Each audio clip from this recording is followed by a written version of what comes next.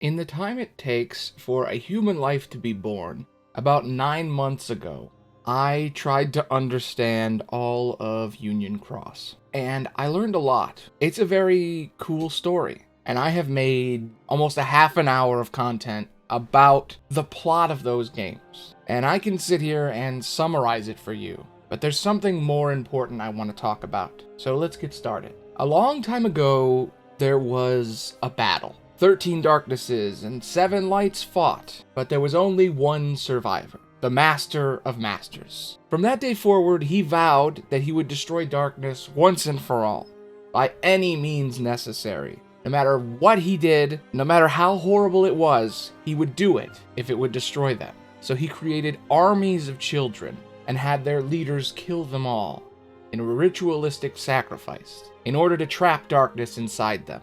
These leaders were handpicked, each of them given a name of a different deadly sin in Latin. They didn't represent these sins in person, but instead they were the opposite.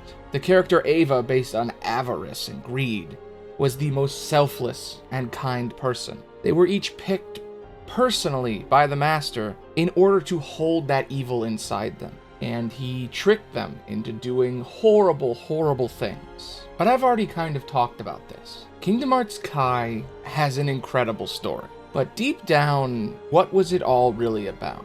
Throughout the course of the story, the players explored worlds that didn't exist yet. They competed with one another to collect Lux, and in the end, they sacrificed themselves for a better future. And that's all fun for them, but ultimately, those of us who never played it missed out. We didn't get to create a character in Kingdom Hearts. We didn't make friends and fight Heartless. We didn't get to see what the world was like before the end. And with all this talk about ancient battles and future hologram projections, a lot of us forget the most important thing. A long time ago, in the ancient times of 2015, there was a very small, poorly advertised game called Kingdom Hearts Kai. Now, this game was short, and it only ran on browsers at first. Many Kingdom Hearts fans didn't even know this game existed, but some people played it, a lucky few, and these people are the only ones in the world who got to fight in the Keyblade War, who actually got to be a part of Kingdom Hearts history.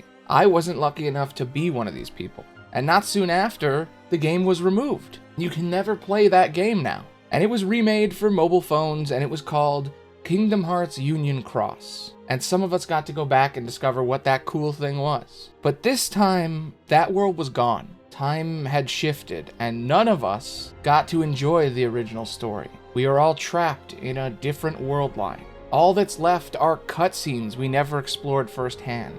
Luckily for us, someone dubbed over the entire story, so you can watch it as if it were a movie. Damo279 and a group of like-minded fans created the Union Cross dub, and I only recently found out about it. It's a perfect way to experience the story. But after reacting to the entire thing on stream, I feel like I missed out. You know, when this small mobile game came out, I was in college, and I never played it. At first, I didn't even know it existed, and then I was angry that it wasn't the MMO I thought they were making. But now that I've watched the dub, I feel like I only understand a small percent of what it was like. Union Cross isn't that complex a story. There was a master, he started a gang war, his followers locked darkness inside them, and we're gonna fight them in the next few years. Blah, blah, blah, blah, blah, Kingdom Hearts 4. Yeah, that's a fun story. But what we really missed out on was the feeling of actually being in the universe, of making our own Keyblade wielder, of surviving the war, because Ephemer and Scald liked us, because our Goth BF and Goth GF loved us. We never got to become the character who sacrifices ourselves to get rid of evil. We never got to fight to the very end. And sure, the gameplay was, I'm not even sure what it was. It's so hard to tell based on just footage. But you got to be on the edge of a new story, the beginning of the next 20 years of Kingdom Hearts. And you got to die just so that a few people could survive. The highest ranked players of Union Cross were immortalized. Not only were they lucky enough to play it, but their names became reaction commands that saved Sora and his friends in Kingdom Hearts 3. But what about us? What about those of us who missed out?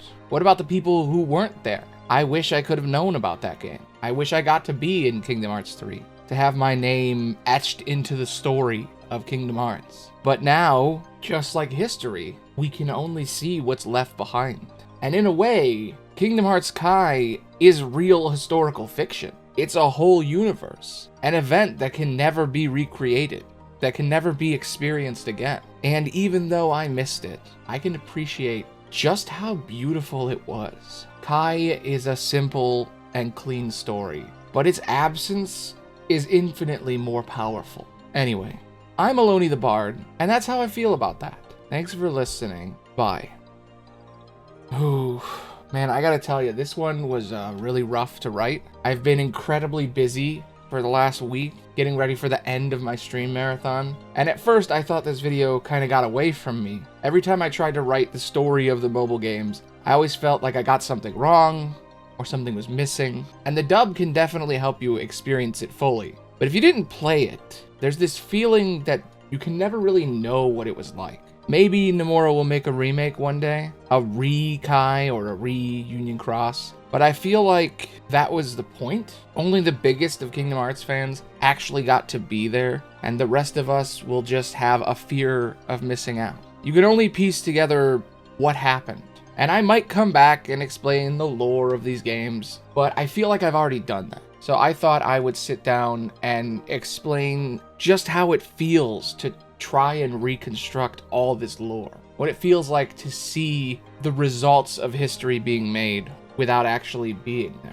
Anyway, there's only about a week left until I beat Kingdom Hearts 3, maybe even less. So if you're watching this video right when it comes out, you might be able to catch me live and say hey. So if you want to see the show, you still have time. Twitch.tv/aloneythebard. And if you didn't see the show, I got another one coming in October. I've had a lot of fun talking about all these stories, and I'm glad I could keep doing this still. But if you like this video, here's 2 videos. One where I explain the story as I understood it, and one where I correct a lot of the mistakes I made in that first video. And most importantly, here is part 1 of the Union Cross dub. If you haven't watched it, it's incredible, and everyone should watch it if you want to know about Union Cross. It's just the whole story. It's very long, but you don't have to read anything, and it's definitely worth it. You can see what you missed. See you loners later. Bye.